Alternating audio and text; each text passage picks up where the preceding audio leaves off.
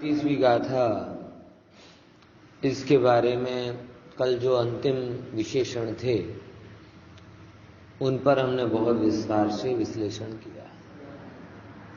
सदा अरूपी शब्द कहकर कुंद आचार्य देव इस जड़ की प्रतीति का चक्कर सदा काल के लिए खत्म करना चाहते हैं।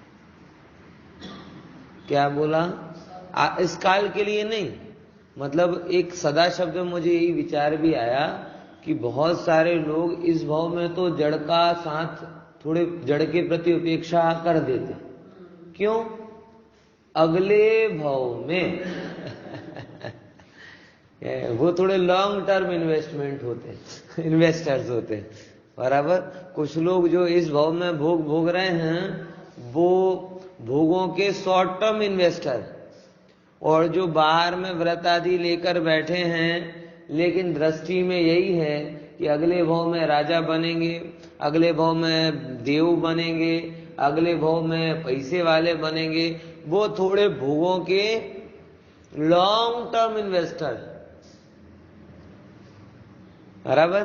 ख्याल में आया कि नहीं? और बहुत सारे लोगों के अंदर में ये बात बड़ी बैठी हुई है। मेरे ऑफिस में एक पटेल मित्र है मेरे, वो कई बार हम जो 2-3 लोग थोड़ा धर्म वरम करते ना, ये रात को नहीं खाते, ये नहीं खाते, थोड़ा बहुत जो कुछ भी करते हैं, उसमें वो बार बार कहता, अरे तमें लोगों ने खबर नहीं, वाणिया बहुत होशियार હોય છે, આ ભાવમાં આવું થોડું ઘણું થોડે આગળ ભાવમાં જો મસ્ત રાજાના ડીકરા થશે ને આમ થશે ને તેમ થશે। क्या नाम? 32 રાણી અને એ પણ દેવાંગના। હા, આમ છે। આ કેવા છે? ભોગોના लॉन्ग टर्म इन्वेस्टर છે। और ये पता नहीं क्यों ये जहर घुल गया है लोगों के। स्वर्ग के लक्ष्य से जो भी धर्म होता है उसमें रूपी पदार्थ की ही प्रीति है, अरूपी आत्मा की प्रीति नहीं। पुण्य के लक्ष्य से जो भी धर्म जीव कर रहा है उसमें रूपी की ही प्रतीति है, अरूपी की नहीं है। गुरुदेव जो पुरजोर पुण्य का उन्होंने विरोध किया, उसके पीछे की मूल मान्यता ये कि भाई तू पुण्य, गुरुदेव घणी बहुत कई बार व्याख्यानों में स्पष्ट कहते हैं, पुण्यना रसमा संसारનો રસ છપાયેલો છે, જેની દ્રષ્ટિ પુણ્ય ઉપર છે એની દ્રષ્ટિ આત્મા ઉપર છે જ નહીં। આ બધું એ જે કહે છે એના પાછળ બહુ પીડા છે, કેમ કે આખો જગત એ તો ગુરુદેવ પછી થોડુંક પુણ્ય ને ધર્મ જુદા જુદા ચર્ચામાં આવ્યો, આ દ્રષ્ટિમાં તો नहीं આવ્યો। ये बात समझना, अभी भी इतना सालों से गुरुदेव की बात को हम कह रहे, सुना रहे, सुन रहे, लेकिन उसके बावजूद भी जो धर्म की हमारी समझ है वो पुण्य भावों के इर्द गिर्द ही है, पवित्रता के इर्द गिर्द कम। आयोजन, प्रयोजन, मिलना मिलाना, व्रत, नियम, ये वो सब चीजें ध्यान में देती हैं, लेकिन ओ हो मैं तो जाननहार त्रिकाली ध्रुव प्रभु अतीन्द्रिय आनंद से भरा हुआ हूं, इस पर दृष्टि नहीं। नियमित स्वाध्यायी लोगों में भी ये बात जगाना मतलब बहुत बड़ा काम। तो फिर जो नाम के मुमुक्षु हैं उनकी तो बात ही नहीं। देखो बात को समझना क्या कहना चाह रहा हूं। फिर से, जो नियमित स्वाध्यायी हैं, सुबह शाम प्रवचन सुनते, वांचन करते, शास्त्री कर लिया है, पढ़ रहे हैं, पढ़ा रहे हैं, उन लोगों की भी दृष्टि इसमें जमी रहे, इसके लिए पुरुषार्थ होता है। तो फिर जिन्होंने पढ़ा सुना नहीं हो, स्वाध्याय से दूर दूर तक का नाता ना हो, 2 पीढ़ी पहले किसी ने हमारा दादा गुरुदेव साथे बदलया था ना आम से आ नाम ना मुमुक्षु होए, એ તો એના અગર વિચાર શકતા જ નથી એમ છે। અને એ લોકોની હાલત તો બહુ જ ખરાબ થઈ રહી છે, ખબર છે? पुण्य परंपरा से सुन लिया कि पुण्य है, और पुण्य है करके जो आत्मा की दृष्टि होनी चाहिए थी वो हो नहीं रही, तो यहां से भी जा रहे हैं और वहां से भी जा रहे हैं। इतो भ्रष्टा ततो भ्रष्टा सर्व भ्रष्टा। ये हालांकि जब ये सब बातें कब ख्याल में आती, जब आप सामाजिक दृष्टिकोण से बहुत विचार करते हो। अपनी आत्मा की साधना करनी हो तो सर्व सब अपने स्थान में स्थित हैं, कोई वो नहीं है, लेकिन एक पीड़ा जो होती है और जो जेन्युइन है, जो भूमिका अनुसारी है, वो सही है कि पुण्य की रुचि आत्मा की दृष्टि के उपरांत क्षीण होनी चाहिए, मगर आत्मा की दृष्टि तो होती नहीं। और एक तरीके की बातें सुनकर आ બધું तो शुभोपयोग से, आ બધું तो शुभराग से, हम कहीं धर्म नहीं एम करीने साधन रहित हो रहा है, वो सब जगह से चूक रहा है। उसकी पूरी ऊर्जा ऊंधिया ने जलेबी में ही जा रही है। ये वानगी का नाम नहीं ले रहा ऊंधिया जलेबी। ऊंधिया मतलब ऊंधी मान्यता यानी मिथ्यात्व, और जलेबी यानी वक्रता यानी कषाय। तो आज की वानगी का नाम नहीं लेना, वो तो आज मैं पढ़ता आ रहा था। मैंने कहा कि ये आज के दिन लोग इस ऊंधिया जलेबी से परेशान होंगे, हम तो अनादि की ऊंधिया जलेबी से परेशान हैं। अनादि की ऊंधिया जलेबी मतलब क्या है? ऊंधिया मतलब ऊंधी मान्यता, और जलेबी मतलब वक्रता, गूढ़ता, ये कशा।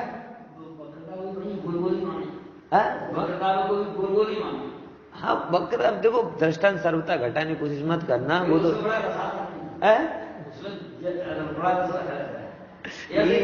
ये रसई तो मोहन। अकेली जलेबी ज्यादा नहीं खा पाओगे, ये तो तय है। वो नमकीन चाहिए। है समझ में आया कि नहीं आया? आप अकेली नहीं खा पाओगे, आपको साथ में वो चाहिए, उसमें कुछ ना कुछ। वही मिथ्यात्व के कारण ही कसायों में रस आता है। मिथ्यात्व ना हो तो कसाय बेस्वाद हो जाए। सही बोल रहा हूं, नहीं चल पाएगा कोई। अगर इसीलिए तो ज्ञानी की कथाएं ज्यादा लंबी नहीं चलती, और अज्ञानी की कथाएं, देखो आप मतलब किसी का मजाक उड़ा रहा हो, ज्ञानी को अंदर पीड़ा होती है, देखो इसको कितना कितना परेशान कर रहे हैं लोग, और अज्ञानी हंस हंस के मतलब ऐसे, कई बार ऐसा देखता हूं तो ऐसी लगती है लोगों को कितनी कठोरता है, कितनी कठोरता है। ये सामने वाला इतना दुखी हो रहा है, इन्हें पता चल रहा है कि ये दुखी हो रहा है, तो भी मजाक के नाम पर उसके खींच रहे हैं, किसी को नीचा दिखा रहे हैं। अरे हाजी हाजी लोग मजा लइए, आपने मजा लइए, खबर पड़ते जा रहा नरक में मजा आवશે। और શું કરીએ? કશાય જીવોને આ ગમે, મિથ્યાત્વી જીવોને કશાય ગમે, જ્ઞાનીને કશાય થાય છે પણ કશાય ગમતી નથી। अंतर समझो, क्या बोला? ज्ञानियों को कषाय हो रही है, ऐसा नहीं कि अकषाई हो गए, लेकिन कषाय अच्छी नहीं लगती। बराबर समझ में आया कि नहीं है? और अज्ञानियों को होती भी हैं और रस वाली भी लगती हैं। इसीलिए वो जो भी जीवन जी रहा है उसके मूल में तो कोई कसायन का बीज ही पड़ा है ना। कभी किसी को नीचा दिखाने के लिए धन कमाया, कभी किसी से भोग के लिए वो धन कमाया, लोभ के लिए धन कमाया, ये किया वो किया, सब किया। ये इनके मूल में क्या है? आज देखो ना, सब दो चार पतंगे काटकर अपने आप को चक्रवर्ती समझेंगे। निकल, लपेट, थे कौन कौन से शब्द आते हैं? समझेंगे नहीं। क्या हुआ? कहीं से आई पतंग तेरे पास से कट गई किसी दूसरे के पास। है? और वो ऐसा मानेंगे कि जैसे चार से काटकर हमने क्या कर लिया। लेकिन भाई भूल जाते हैं कि तुम कितने बड़े पतंगबाज हो। ऐसा आज तक नहीं हुआ कि तुमने ही सबकी काटी हो, तुम्हारी ना काटी। होता है कि नहीं होता है? समझे कि नहीं समझे? એટલે तुम्हारी भी निकले, वो कषाय का बल ज्यादा रहता ही नहीं। और जो व्यक्ति, मैंने एक और अनुभव किया, जो जितना ज्यादा क्रोधी होता है ना उतना ही ज्यादा रोता है। आप भी अपने जीवन में देखना, आप देखना शांत व्यक्ति को ज्यादा रोते हुए आप नहीं देखोगे, लेकिन जो क्रोधी होता है ना, क्रोधी, वो क्रोध करता है और फिर तुरंत फपक फपक के रोने लगता है। जरा सी कोई उसके मान करता है तुरंत रो, मतलब दुखी जल्दी हो जाता है। जिसने अपने मान को सर्वस्व समझा, उसका मान जरा सा भंग होता है, रोने लगता है। क्रोध को सर्वस्व समझा, बराबर, हमेशा दूसरों को दबाने में रस लिया, अब कोई ना कोई तो आएगा ना जो उससे श्रेष्ठ होगा, तो वो रोने लगेगा, दुखी होता है। कसाई व्यक्ति दुखी ही होता है। इसीलिए ज्ञानी को कषायों में रस नहीं लगता, इसीलिए ज्ञानी की कषाय टिकती नहीं। अज्ञानी है ना, कषाय की कोई बात बोले ना उससे बंध जाता है। बंध जाता है मतलब जैसे गुस्से में किसी से बोला, अब जिंदगी भर तेरा चेहरा नहीं देखूंगा। अब वो एक गुस्से का परिणाम था, बोल दिया, लेकिन अज्ञानी अपने मन में बंध गया, अरे मैंने तो उससे बोल दिया। अब वो सामने आएगा, वो कसाई चली भी गई, अब उसे ऐसा उतने ज्यादा नहीं है, लेकिन वो अपने वचनों से बंध गया। अब इसने बोला था चेहरा, मैं नहीं बोला था चेहरा नहीं देखूंगा, अब मगर इससे आगे से सामे थी बात करवा जाइश तो मारो शू રહેશે, मारी नाक नीची થઈ જશે। એટલે वो कषाय और कषाय परिणाम चले गए, लेकिन तो भी उसका इफेक्ट। ज्ञानी कहता है भैया देखो, गुस्से में उस समय निकल गया था, बराबर, मेरे मन में ऐसा कोई भाव नहीं है, तुम आओ घर पे बैठो, बताओ, हमें कोई दिक्कत नहीं। ये ज्ञानी की सोच है। इसीलिए कषाय में कहे हुए वचनों को बिल्कुल वैसा ही समझना चाहिए जैसे शराबी के वचन। क्या बोला? बोलो बोलो, ये बात बड़ी गहरी है। कषाय में बोले हुए वचनों को कैसा समझना चाहिए? अरे शराब में पिए हुए वचनों को तो कानून मान्यता नहीं देता। शराब के नशे में कोई बोले जा मैंने तुझे अपनी पूरी प्रॉपर्टी दे दी, और अगर कोर्ट में ये प्रूफ हो जाए ये कथन तुमने, ये सिग्नेचर तुमने नशे में किया है, तो नल एंड वॉइड हो जाता है। वो कई बार मैंने जब मकान की रजिस्ट्री हो रही थी ना तब पढ़ा था, तो उसमें लिखा हुआ था आ कथन हमें कोई एक बहुत सुंदर शब्द है ना, हाँ बिन कैफी, हाँ मैंने ये शब्द बहुत रड़્યો बिन कैफी हालत में करूं छू, આવું લખે છે, એનું મતલબ શું? હા, જો હું આ સાઈન નશામાં કરું તો કોર્ટ પણ નલ એન્ડ વાઇડ કરી દે છે। તો કષાય અને મિથ્યા તે મોટો નશો છે। इसीलिए इनमें कहे हुए वचनों की ज्यादा कीमत नहीं होनी चाहिए। दूसरे की बात कहे ना, वो भी समझे नशे में बोल रहा है भैया, कुछ ज्यादा दिमाग में मत लो, और आपसे भी निकल जाओ तो पकड़ के मत बैठ जाना कि हमने गुस्से में ऐसा बोले, तारा चौखट में पग नहीं मुकीश, ना तारो मोड़ो नहीं जोईश, तारो आम नहीं, ये सब भाई नशे में बोला था, निकल गया, अब जाने दो, पकड़ के मत बैठ जाने। ये नशा है,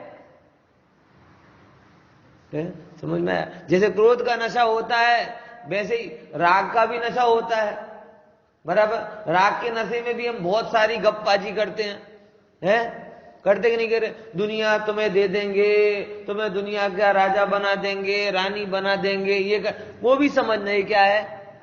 नशा है, राग का नशा। होता है कि नहीं होता है? ये जो टीनेज का स्वप्न लोक होता है, इसी नशे से तो चल रहा है? समझ में आया कि नहीं है? तो ये इन कथनों की कोई मूल्य नहीं। अब दिक्कत क्या होती पता है? अवस्था बदल जाती, नशा उतर जाता है, लोग तुम पहले तो ऐसा कहते थे, अब ऐसा कहते हो, अरे पहले नशे में थे, अब नशा उतर गया, सिंपल। अब इसमें कौन किस पे ब्लेम करे? समझ में आया कि नहीं आया? मुद्दा ये है कि जब आप ऐसे हो ना, तब आपको समझ में आना चाहिए कि ये जो, इसलिए और समस्या क्या है पता है? ज्ञानी अधिकतर मौन क्यों रहते हैं? क्योंकि अज्ञानी अधिकतर नशे में रहते हैं। अब नशेड़ियों से क्या बात करें? आई कि नहीं आई बात समझ में? है क्या बोला? ज्ञानी अधिकतर मौन इसीलिए रहते हैं क्योंकि अज्ञानी नशे में रहते हैं। अब नशेड़ियों से क्या बात की जाए? वो नशेड़ियों से बात करने के लिए तो नशा करना पड़ेगा ना। इसीलिए अधिकतर मुनिराज वचन गुप्ती में रहते, अधिकतर मुनिराज भाषा समिति में रहते, अधिकतर मुनिराज स्वाध्याय ज्ञान ध्यान में लीन रहते, दुनियादारी में नहीं पढ़ते, क्योंकि दुनियादारी में पड़े हुए लोग वो ही बातें करते हैं जो उन्हें अच्छी लगती है,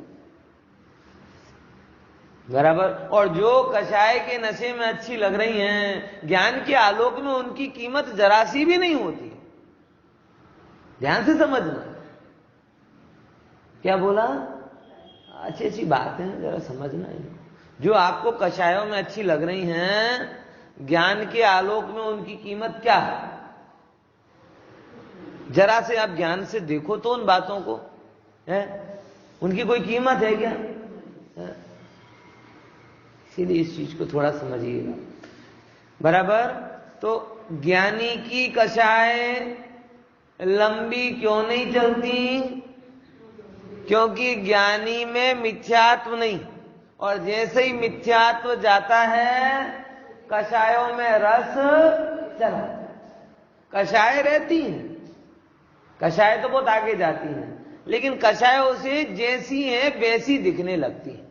कैसी है कषाय? बालबोध में क्या पढ़ा? जो आत्मा को कसे अर्थात दुख दे, उसका नाम कषाय। ये परिभाषा बालबोध की है, बराबर। समझे कि नहीं समझे? आप लोग इसमें ज्वाइंट हुएगा पीएच में, है हो जाओ, क्या दिक्कत है? तो सब बालबोध से पढ़ना। जो मेरी एक पर्सनल इच्छा है कि जो जो नियमित स्वाध्याय में आते हैं ना, वो उसमें ज्वाइंट हो जाए, तो क्या होगा, एक सिस्टमैटिक यहां पे आप समय सार के साथ चल पाओगे, क्योंकि पहले से आपकी टर्मिनोलॉजी कवर होती जाएगी ना, तो आगे उसमें आप क्या हो जाओगे, सेट हो जाओ। जो पीएच क्लास की जो मैं ले रहा हूं सोमवार से चालू होगी, बराबर, और उसमें क्या है, समय और उसकी एक पाबंदी है, तो वो एक सिस्टम से पूरी की पूरी वो हो जाएगी। समझे कि नहीं समझे? और याद करने वाले की उसमें टेंशन नहीं रखना कुछ भी, उसमें ज्यादातर प्रैक्टिकल बेस ऊपर है, बस आपको विचारना है, कसना है उस चीज को, बराबर। ख्याल में आया कि नहीं है? ठीक है, ये तो मेरा भाव है, बाकी तो सबकी योग्यता है। तो जो आत्मा को कसे मतलब दुख दे, तो कसाय तो ऐसे ही थी, लेकिन हमें ऐसी दिख नहीं रही थी। क्यों? क्योंकि जैसा है वैसा नहीं देखने वाला सॉफ्टवेयर हमारे अंदर चला था। वो कौन सा सॉफ्टवेयर है? जैसा है वैसा दिखने वाला सॉफ्टवेयर कहलाता है सम्यक दर्शन का, और जैसा है वैसा ना दिखे वो सॉफ्टवेयर कौन सा है? मिथ्या। और वो हमारे अंदर बाय डिफॉल्ट होता है, डाउनलोड नहीं करना पड़ता, अपने आप बाय डिफॉल्ट इस जीव को अनादि के साथ में ये मिथ्यात्व की एप्लीकेशन डाउनलोड है। अब इसे रिमूव करके सम्यक को इंस्टॉल करोगे, तब जाके जैसा है वैसा दिखाई देगा। और एक बात समझो, आत्मा का जो फैक्टर है ना, वो कैसा है? बड़ा सिंपल सॉफ्टवेयर है आत्मा का। जहां सुख दिखता है वहां जाती, और जहां सुख नहीं दिखता वहां नहीं। रुचि का जो सॉफ्टवेयर है ना अंदर में जो पड़ा हुआ है, वो आपकी बातों से चालित नहीं होता। है कि नहीं? ये बात समझ। जो रुचि वाला फैक्टर है वो आपकी बातों से, आपकी ऊपरी ऊपरी ज्ञान से बिल्कुल प्रभावित नहीं होता। मैं यहां कितना ही कुछ आपको सिखा दूं, पढ़ा दूं, लेकिन अंदर में विषयों की रुचि पड़ी होगी तो वो अपने आप वहां डाइवर्ट हो जाएगा।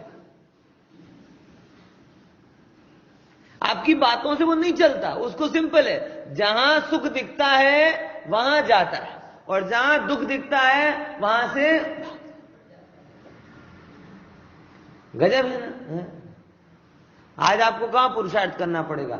घर में रहने पर पुरुषार्थ करना पड़ेगा कि धाबे पे रहने में पुरुषार्थ करना पड़ेगा?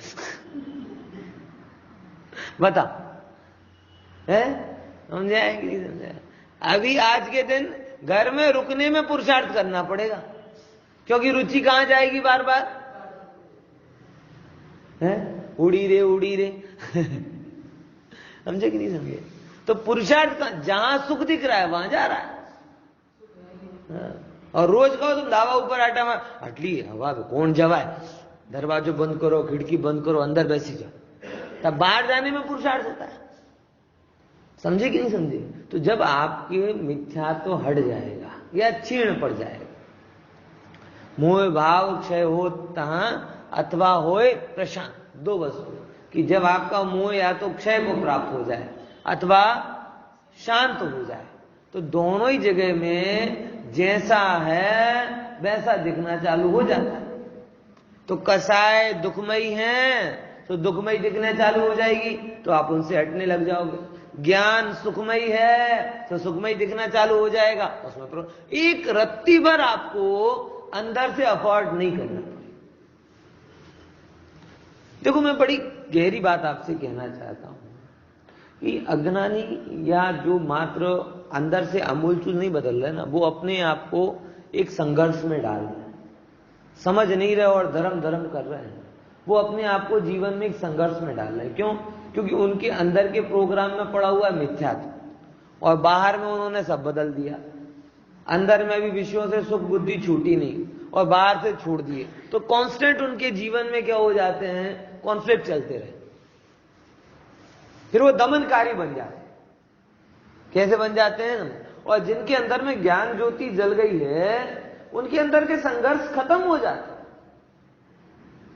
कारण उन्हें यहां आनंद लगने लगता है और वहां दुख लगने लगता है। तो उन्हें कोई वो नहीं, अब जैसे बिल्कुल सिंपल सी वस्तु कहूं कि जिसे कांदा बटाका अच्छा लगता हो और उसने छोड़ा हो, और दूसरे अपने जैसे लोग हों मुमुक्षु घर के कि जिन्होंने कांदे बटाके का टेस्ट ही ना जाना,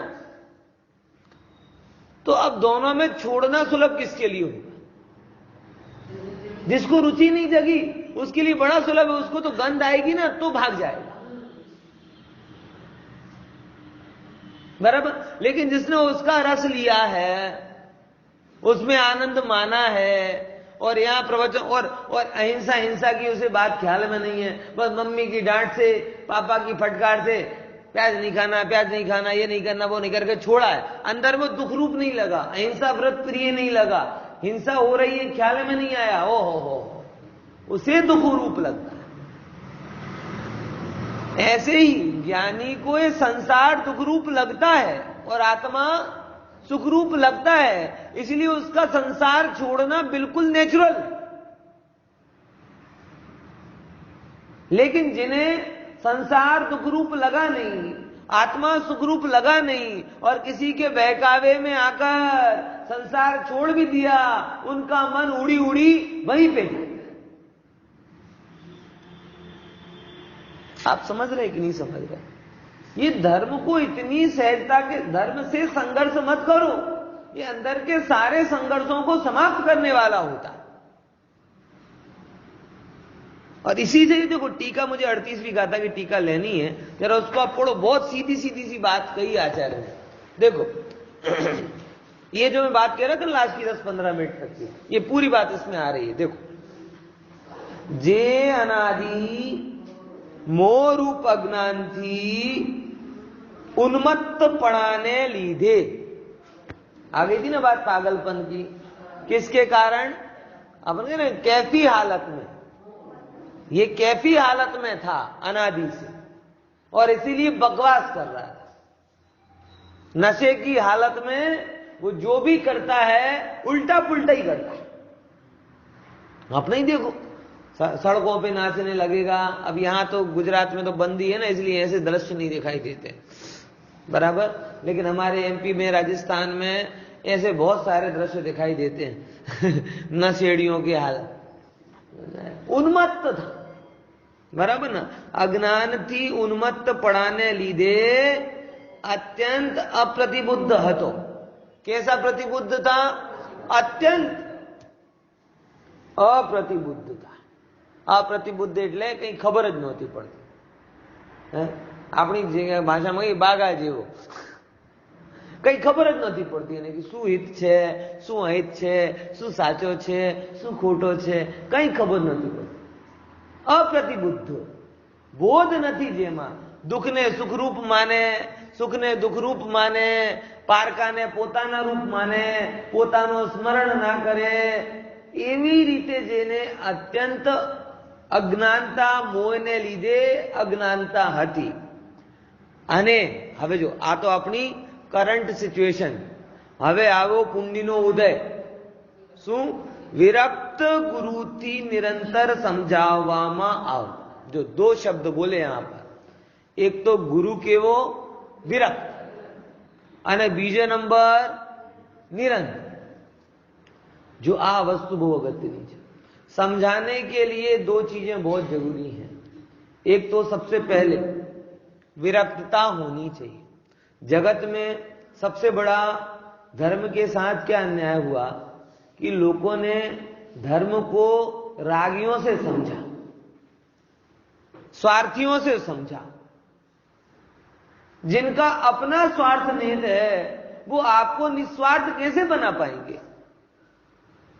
आप किसी भी पास में गए, गुरु के पास में, उनका यही एजेंडा होता है कि पैसे वाला आया है, इसको पकड़ के रखो, श्रीमंत. यही ज्यादा ऐसी ऐसी बातें सुनने को मिली हैं. ज्यादा नियम धर्म की बातें मत करना उनके साथ में, बनाना छोड़ देंगे. ये गुरु ऐसा कह रहे हैं, अपने शिष्यों को समझा रहा है. और अगर वो पैसे वाले ने आना छोड़ दिया तो अपने प्रोजेक्ट ही अटकता रह जाएगा.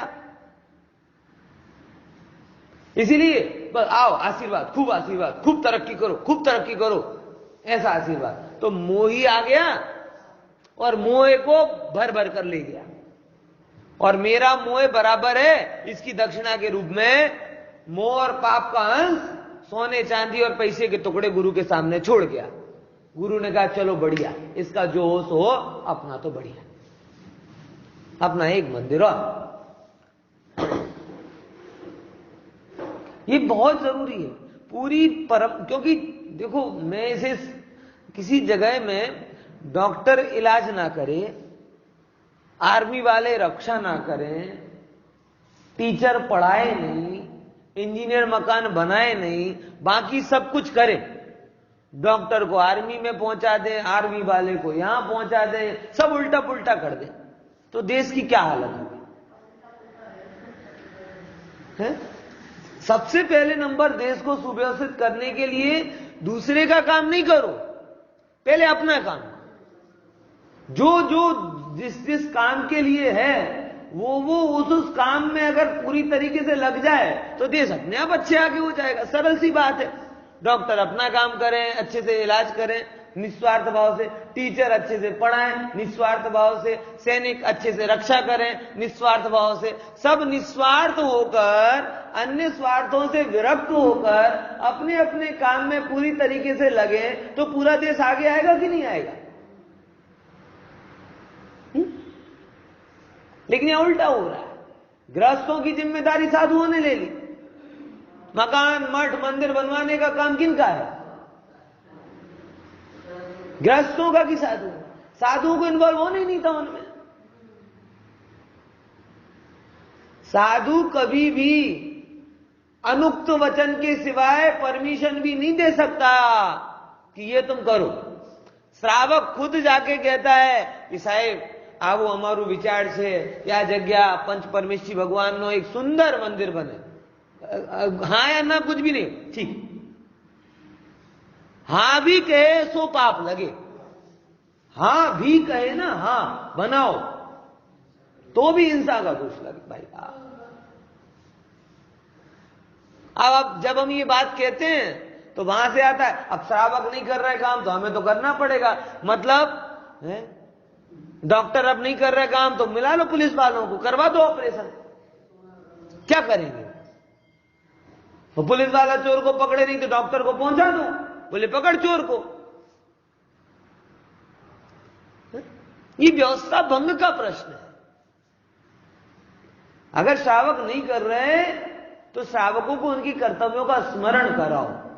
क्या कराओ? स्मरण कराओ. और तुम्हारा कर्तव्य क्या है उसका याद रखो. और साधु का कर्तव्य यही होना चाहिए कि जो भी संसार में अनुरक्त है स्वयं संसार से विरक्त रहे और अन्य को भी, ये उनका कर्तव्य है। लेकिन जब जब साधु अपने इस परम कर्तव्य को छोड़ देते हैं और जो उनके लिए उपयोगी नहीं है ऐसे प्रोजेक्ट को पकड़ लेते हैं, तब तक वो अपना काम गहराई से कर ही नहीं पाते। उन्हें उनका संसार छुड़ाना था और वो उनको संसार बढ़ाने का उपदेश देने लगते हैं। ये सीधा सीधा चक्कर हो रहा है।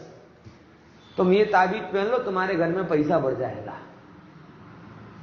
लोग दुकान खुलवाने की, मुहूर्त निकलवाने किसके पास जा रहे हैं? साधु। कौन सा धंधा करें ये पूछने किसके पास जा रहे हैं? साधु। और वहां से साधुओं ने आशीर्वाद दे, बस महाराज जी ने कहा है, इनने कहा है काम बढ़िया हो जाएगा। अरे अगर महाराज जी का आशीर्वाद लगे ना तो काम बढ़िया नहीं, बंद होगा। अगर सच्चे साधु का आशीर्वाद लगेगा ना बंद होगा। मतलब उसमें नहीं कि तुम आत्मा में इतने ज्यादा तल्लीन हो जाओगे कि तुम्हें ये सब धन और धंधे के काम पाप में ही लगने लगे। प्रकाश जी का है, किसी ने उनकी दुकान पे ओपनिंग में बुलाया था, हाँ, उनको पता नहीं था, हाँ, वो चाहते नहीं थे, लेकिन किसी ने हमारे घर से ले गए, हाँ, और उन्होंने बोला कि आप मेरे दुकान में पहली बार कॉल रखा है, फर्स्ट टाइम ओपनिंग के लिए। अरे मेरे घर पे नहीं आए तो तुम दुकान की क्या बात करो? तुम्हारी दुकान ही बंद हो जाए। बाद में प्रवचन में स्पष्ट किया कि हमारी तो ऐसी भावना है कि अपनी दुकान चलाने की जरूरत नहीं। ये फैक्ट है। जब यहाँ पर आए थे तब मैंने बहुत मतलब प्रेम वात्सल्य पूर्ण निवेदन था कि घर पर आओ, लेकिन वो नहीं है। और बाद में फिर मैंने गहराई से विचार किया, तो सही भी बात है। हम घर बनाते क्यों? हम दुकान बनाते क्यों? इसीलिए ब्रह्मचारियों को या व्रतियों को तब से मैंने सोचा कि इसके लिए कभी ये फोर्स नहीं करना चाहिए कि भाई तुम घर में आओ या दुकान में आओ, नहीं करना चाहिए। उनके व्रत में दोष लगता है। लोभ तो नहीं था, एक अहोभाव था, बाकी कोई लोभ वाली बात नहीं थी। ये एक अहोभाव था कि भाई ज्ञानी अपने घर पे आए, पवित्रता रहे, एक वो रहे, मतलब ये अपना भाव रहता है।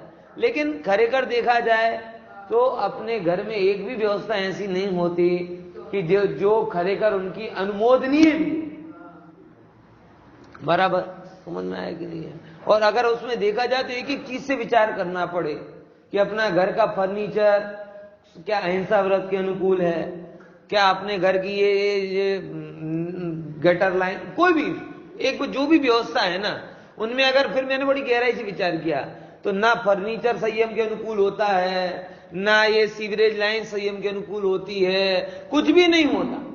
तो किसकी अनुमोदना करें? वो किसके लिए अपने को? बराबर बनने से पहले अगर विचार करें कि अहिंसक पॉइंट ऑफ व्यू से कैसा होना चाहिए, संयम के पॉइंट ऑफ व्यू से घर कैसा होना चाहिए, और फिर वैसा बनाए और फिर वो अनुमोदना की बात आए तो फिर भी कोई चले। बनवा लिया अपनी मर्जी से, अब आशीर्वाद ले रहा हूं, क्या काम का बात समझ आएगी नहीं है यार। इसीलिए विरक्त गुरु बहुत इंपॉर्टेंट। कौन सा शब्द है? विरक्त गुरु, जिसका अपना कोई स्वार्थ नहीं है, जिसका एक ही लक्ष्य, स्वार्थ तो नहीं गए, बस एक ही धुन अपनी है और उसी धुन की बात वो सबको कर रहा है कि भाई मैं आत्मा में जमूं और अन्य को भी क्या बोले, तुम भी आत्मा। समझ में आया कि नहीं आया? इसीलिए ये चीज बहुत विचारणीय है, समझे कि नहीं समझे? तो विरक्त जगत में ये जो गलत हुआ है ना, सच बताऊं, धर्म जितना आक्रमणकारियों से जितना क्षत विक्षत नहीं हुआ, लेकिन ये रागी गुरुओं के कारण उससे ज्यादा क्षत विक्षत हुआ। आक्रमणकारियों ने तो बाहर के मंदिर तोड़े ना मूर्तियां तोड़ी, और रागी गुरुओं ने धर्म का मूल खत्म कर दिया।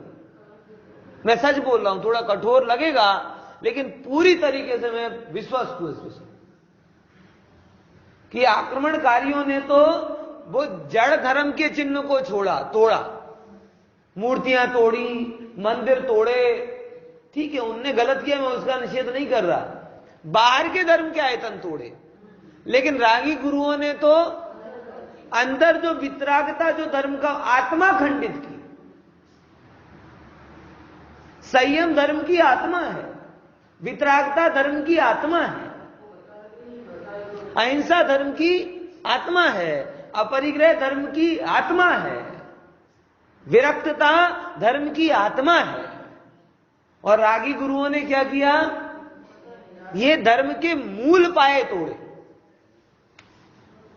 धर्म में हिंसा का बढ़ा दिया प्रभाव, धर्म में भोगों का जोर बढ़ा दिया, धर्म में परिग्रह का जोर बढ़ा दिया, धर्म में मान्यताएं आ गई, मनौतियां आ गई, हिंसा बढ़ गई, राग का आडंबर बढ़ गया।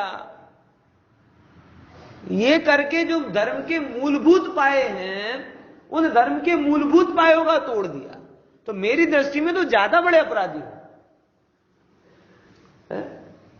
समझ में आया? अरे भाई, एक आयतन बने, लेकिन ऐसा बने कि जो वीतरागता का पोषण। आज सच में मुझे कई बार ऐसा फील होता है कि भावना की कमी तो ही है ना। छल में रख रख कर, कपट के द्वारा, लौकिक पुरुषार्थ के द्वारा बराबर इतने सारे आयतन बन रहे, लेकिन प्रभावना का कारण क्यों नहीं बनते? संकलेश का कारण बन रहे। कभी गहराई से तटस्थता के साथ में विचार करो तो पता चले। मंदिर में 2 मंदिर बन गए साहब। समाजों में मैंने देखा है, गांव में एक कमेटी की दूसरी कमेटी से नहीं बनती तो उसने दूसरा मंदिर बना लिया। अब जिसका मूल कषाय हो, वो प्रभावना का कारण कैसे बनेगा? ये वस्तु व्यवस्था है। और मैं तो आईना दिखा रहा हूं। जिस काम का मूल कसाय से हो, सब व्यवस्थापकों, ट्रस्टियों और सब लोगों को यह बात समझनी चाहिए। जिस काम का मूल क्या हो, कषाय हो, वो कभी प्रभावना का कारण नहीं बन सकती। एक श्रवण बेलगोल की प्रतिमा 1000 साल से बनी और जैनत्व की प्रभावना कर रही। हजारों लोग, लाखों लोग आज भी उसे देखकर वितरागता, दिगंबरत्व की महिमा बता। अरे तेरापंथी ये क्या कहते, महाप्रज्ञ, उनके यहां तो मूर्ति है नहीं, लेकिन वो भी दर्शन करने गए और उस प्रतिमा को देखकर ऐसे प्रभावित हुए कि उन्होंने संस्कृत प्राकृत भाषा में काव्य लिखा, महाप्रज्ञ जी ने। आपको पता नहीं होगा शायद, ऐसे पढ़ने की अपनी बात कहां आई कि नहीं ये बात समझ में है? वो तेरापंथी है, अपने इतने श्वेतांबर वाले तेरापंथी, उनमें तो मूर्तियां होती नहीं, बराबर, और है श्वेतांबर, लेकिन एक पवित्र भाव से बना हुआ कार्य है वो श्रवण बेलगोल की प्रतिमा। तो वो ऐसे भाव सहज हो गए उनके अंदर कि जो मूर्ति को नहीं मानते, दिगंबरत्व को नहीं मानते, उनको भी उस प्रतिमा को देखकर संस्कृत प्राकृत भाषा में काव्य लिखने का मन हो गया। क्यों? क्योंकि चामुंड राय ने मुझे सबसे, और उनके बाद कितने बाहुबली बने, किसकी प्रभावना हो रही, किससे प्रभावना हो रही, आप खुद देखो। वो सब कहीं ना कहीं क्या हुए, एक होड़ में बने हुए। आई कि नहीं बात समझ? बैठ रही बात? विचार लेना। जिस काम का मूल धर्म का काम, धर्म का काम, अगर इसके मूल में कसाय के बीज पड़े हों, वो प्रभावना का कारण नहीं बनेगा, वो कषाय का ही कारण बनेगा। कभी जिस पर्पस के लिए आपने ये जिनायतन बनाया, विनोद भाई, चीनू भाई ने, चुनी काका ने बनाया, सब बनाया, मूल में क्या भावना है? तो सब लोग क्या करें, धर्म को पाए, बात सुने, एक पवित्र भावना जुड़ती है, वो प्रभावना का कारण बन जाता है। अब यहां से कोई लोग नहीं, हम अलग पंडित जी लाएंगे, अलग मंदिर बनाएंगे, हमारा नाम होगा जिसमें, अब मूल क्या आ गया, कसाय आ गई, तो वो उससे कभी प्रभावना नहीं। हजारों जगह के दृष्टांत में दे सकता हूं ऐसे कि जो कसाय में बने तो कसाय के कारण हो रहे, शांति के कारण नहीं बने। अच्छा, और वो फील हो जाता है, वो फील हो जाता है। मैं कोई टिप्पणी नहीं कर रहा, लेकिन जो मैंने फील किया मैं आपको बता रहा हूं। सोनगढ़ में आप स्वाध्याय मंदिर में बैठो, परमागम मंदिर में बैठो और नंदीश्वर दीप मंदिर में बैठो, दोनों जगह की भावना में आप अंतर कर सकते हो अगर आप सचेतन हो तो। स्वाध्याय मंदिर में बैठकर जैसे परिणाम होते हैं, परमागम मंदिर में बैठकर जैसे परिणाम होते हैं, वैसे उस नंदीश्वर दीप मंदिर में नहीं होते। ये मैं मेरा अनुभव बता रहा हूं, और ये मुझे पहली बार में ही हो गया था। बाद में फिर मैंने जब उसका इतिहास पता किया तो पता चला कि ये स्वाध्याय मंदिर प्रभावना के मूल से बना, परमागम मंदिर में प्रभावना का मूल था। और जो आगे आगे की, ये पहला अनुभव जो मैं बता रहा हूं, जब मैं 2003 में गया था, जब मुझे ज्यादा हिस्ट्री भी पता नहीं थी। एक सचेतन चित्त के अंदर उसका प्रभाव खुद ब खुद पड़ जाता, और बाद में हिस्ट्री पता चली तो पता चला कि नहीं, इसको आते आते मामला बिगड़ गया। बात समझ में आ रही कि नहीं आ रही? ये अपने अंदर में समझना। वस्तु व्यवस्था में सब जगह न्याय होता है, अन्याय नहीं होता। अपने यहां जब भी कोई काम कराते ना मनोज भाई, छना पानी यूज करो, ये करो, वो करो, अपने ये क्यों? क्योंकि जड़ से नहीं बनता कभी मंदिर, ये आपकी भावना से बनता है। ये अहिंसा की आप वो पानी छान कर कोई कितनी अब कितना होगा, कहां क्या करते, जैसा हो, अरे नहीं, ये जो आपकी भावना मिलेगी ना, वो भावना प्रभावना का कारण बनेगी, वो जीवंत ऊर्जा प्रभावना का कारण बनेगी। ये जड़ से क्या प्रभावना होती, आप समझो इस बात। जड़ से प्रभावना ही नहीं होती, चैतन्य की भावना से प्रभावना होती। इसीलिए ज्ञानी गुरु कैसे होते हैं? चैतन्य की भावना से तरबतर होते। लेकिन ध्यान से समझना, ऐसी बातें भी एक बार काम नहीं करती। अपन तो क्या कहते, एक तो अपन विरक्त नहीं, परम रक्त, बराबर। अब उसके बाद हम किसी से एक आध बार कह देते हैं स्वाध्याय सुनाकर, स्वाध्याय, और वो नहीं सुनता तो हम कहते हमने तो कहा था, वो नहीं सुनता तो उसका जाने। ये भाई ऐसा नहीं है, हम तो रागी हैं।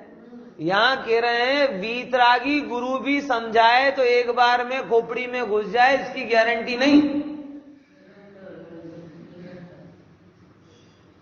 क्योंकि बात सही है, लेकिन कसाई उसकी कितनी ज्यादा, एक बार में नहीं समझ में आती। तो विरक्त गुरुओं के द्वारा बार बार समझाने पर आएगी नहीं यही बात समझ में? क्या बोला? विरक्त गुरुओं के द्वारा बार बार समझाए, बार बार पर जोर, क्योंकि जो काम आप बार बार करते हो वो ही काम आपके जीवन में टिकता है। जो काम आप एक बार करते हो उसके संस्कार नहीं पड़ते, रिपीटेशन से संस्कार पड़ते हैं। ध्यान से समझना, ये लाइन नहीं आई ख्याल में? क्या बोला?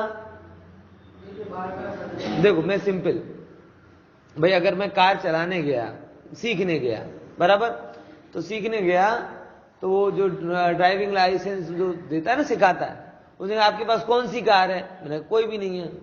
बोले एक सलाह दूं आपको? बोले क्या? देखो आप सीख जाओगे, 4-5 हजार रुपए मुझे दे जाओगे, लेकिन चलेगी नहीं। जब आपके यहां जाए तो सीखने आना। बोले देखो मैं तो 75 साल का हो गया हूं, 60-65 साल का, मुसलमान था, लेकिन उसने अच्छी बात बोली। मेरी तो जेब में मैं तो शौक से ये काम करता हूं। आप 4,000-5,000 रुपए मुझे दे जाओगे, लेकिन वो आपको टिकेगी नहीं। जब आप ले लो, चलाने लगो, प्रैक्टिस करोगे तभी आएगी, वरना प्रैक्टिस करे बिना ये बार बार। ये धर्म आप क्या समझते हो? बार बार मन वहां दौड़ेगा, बार बार मन को हटाना पड़ेगा। बहुत सारे लोग ऐसे, अब कल तो सुन लिया था विषयों से दूर होना चाहिए, आज सुनने की क्या जरूरत है? अरे आज दूर हुए क्या? बोले नहीं हुए तो जरूरत। कल तो सुन लिया था आत्मा महिमावान है, आज सुनने की जरूरत है क्या? बोले कल जड़ की महिमा आई थी। बोले हाँ आज आ रही है। बोले हाँ तो अभी सुनना ही पड़ेगा।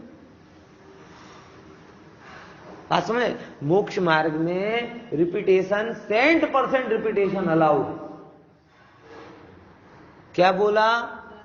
मोक्ष मार्ग में 100% रिपीटेशन अलाउड, रजिस्टर्ड। क्योंकि हम ज्ञान के लिए